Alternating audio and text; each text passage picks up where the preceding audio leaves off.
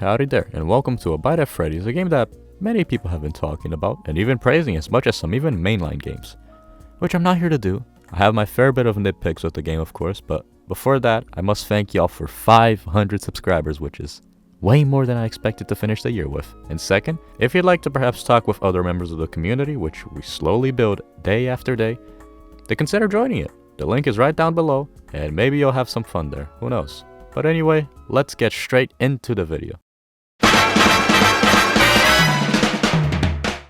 A Bite at Freddy's, created by Garrett McKay, which if he sounds similar, that's because he is. He's the creator of another popular fan game called Fredbear and Friends Left to Rot.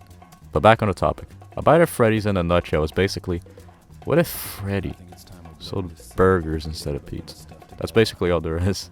When starting up the game, we get this very neat and tidy menu, which, even though it seems to become more and more prevalent with modern FNAF games, it's still nice to see a menu like this. Unlike most fan games, we don't really get a background to this game, so we just kind of jump into the game where we get told that what we're supposed to do. Which of course is to keep an eye on Freddy, Bonnie, Chica, Foxy, and a future animatronic which we'll talk about later. And to wait until our boss, or whatever this guy is, cooks the food which we then serve and eat for ourselves. Yummy. In this game there are only 3 ways in which the animatronics can attack you. That being the little conveyor to your left, which you can stop and impede any animatronics from attacking you, to your front, where Chica will appear with a fucking gun, and where you'll have to turn off the lights to stop Bonnie from killing you. And lastly, you have a vent right above you, which Freddy and the animatronic we'll talk about later, for eyes. And now this may all seem pretty well and simple, but one glaring issue arises. Foxy. This absolute menace. This Chad, who perhaps may have my favorite feature in all FNAF fan games I've ever played. Being that, his main mission is to electrocute himself by biting into the fucking wires. What a Chad. Now, although him biting into the wires may be very based, kind of fucks up your entire night, because now, suddenly, you don't have a constant supply of energy anymore, and now you need to use your backup, which causes your generator to overheat again and again and again. So yeah, keep Foxy away from here. Now, since we already touched upon the matter, in this game you have a similar generator system to Return to Bloody Nights. You can use it as much as you want as long as you don't go over 100%, which then you'll have to wait there and sit, waiting for it to go down to 0, which is not fun as me, I guess. The generator basically works with everything you do. Turning off the lights, stopping the conveyor, shutting the vents so the animatronics can climb into the conveyor, and turning this very conveniently placed fan in the vent, which, when turned on at the right time, you can just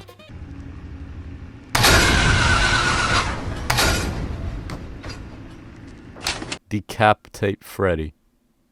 10 out of 10 game. These are the basics of the game. If you ignore all the interactable objects in the office which give off different sounds, but I'm too lazy to cover every single one. Moving on. The nights in this game are really nights. Instead are called servings, in which I've already explained how they work. However, the interesting thing about that is that after you're done with one, you just sit there. You don't move on to the next night or something. No, you just do a simple task such as changing this light bulb, or climbing into the conveyor to tighten some screws up as Bonnie watches you with very lustful eyes. This at first, as much as it was weird, is honestly pretty cool, and I appreciate this change up from the night format. Something akin to Pizza Simulator, just having something different instead of night 1, 2, 3, 4, 5, and then some extra stuff. It's just nice in my opinion. Now after you finish the minigame, you go right back into the serving, which are divided into 3 main ones. The first serving, which you only see Bonnie and Chica. The second, which we see Bonnie, Chica, and now Freddy. And finally, the Giga Chad himself comes into the third.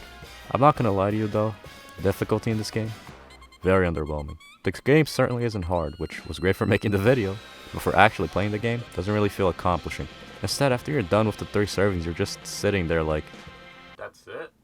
Luckily, however, we have an extra night, which we're finally presented with the animatronic which I mentioned earlier, Golden Freddy, or whatever the hell his name is. For some reason, it keeps changing from fan game to fan game, because the community apparently can't just stick to one name. However, remember how I mentioned to the game really not having a lore? I lied. There is a bit of a lore, which is basically the bite of 83, but reversed, because this time around the kid just bites Fredbear's entire frontal lobe off, and he doesn't look happy about it. But again, the night really isn't special. Just get another Freddy-esque top vent challenge, with the only difference being, we can't decapitate him, and the fact that his fat ass will once in a while just get stuck in the fucking conveyors. But maybe there's hope. In this game, of course, as you can see, there's an ultimate custom night, which is not really that impressive. Most fan games have that, but maybe it could be a saving grace for this game's difficulty. So potentially I may attempt this challenge in the future. Unlikely, of course, because I don't really have an itch to do it, but potentially if one day I have an itch, I'll come back to this game and maybe I could live stream the challenge. Abide at Freddy's to me is honestly really fun, but I'm not ipty-dipty as some others have been. I'm not very fond of the designs with the exception of Foxy because it just looks cool as fuck. The system of the game uses, as much as it's fun, doesn't really introduce anything really that's different from a game, just Foxy biting into the wires, which is the most creative thing the game has. And the difficulty for me was just too much of a roadblock. It has a reverse problem with Return of Buddy Lights. It's too easy, and I just couldn't have as much fun as I expected myself to be having with the way people were talking about this game. Overall, the game is solid, but not one that I think will be remembered as one of the greats, in my opinion at least. But knowing Garrett, he'll come back probably with another heavy hitter, just as this one and Fredbear's that shakes the entire fan game landscape. For now, however, we're left with Abide at Freddy's, a very good FNAF fan game that is honestly spotless with honestly no glaring issues, but just one that just doesn't fully live up to others. Before I leave the video, however, I'd like to say something real quick, which is sorry for a month of no videos. I recently moved into a new place, and so I haven't had a lot of time to work on videos. I've been a little bit active on the Discord, not as much as I've wanted to, so I've kind of just left my community just empty for about a month with no really news, apart from a few weeks, but I'd like to apologize for that. But now that I'm back, I'm fired up, and who knows, maybe for these last few weeks of the year, we'll go heavy hitter after heavy hitter for our videos, eh? I hope. But anyway, I'll see y'all next time. Just the two of us, we can make it if we try.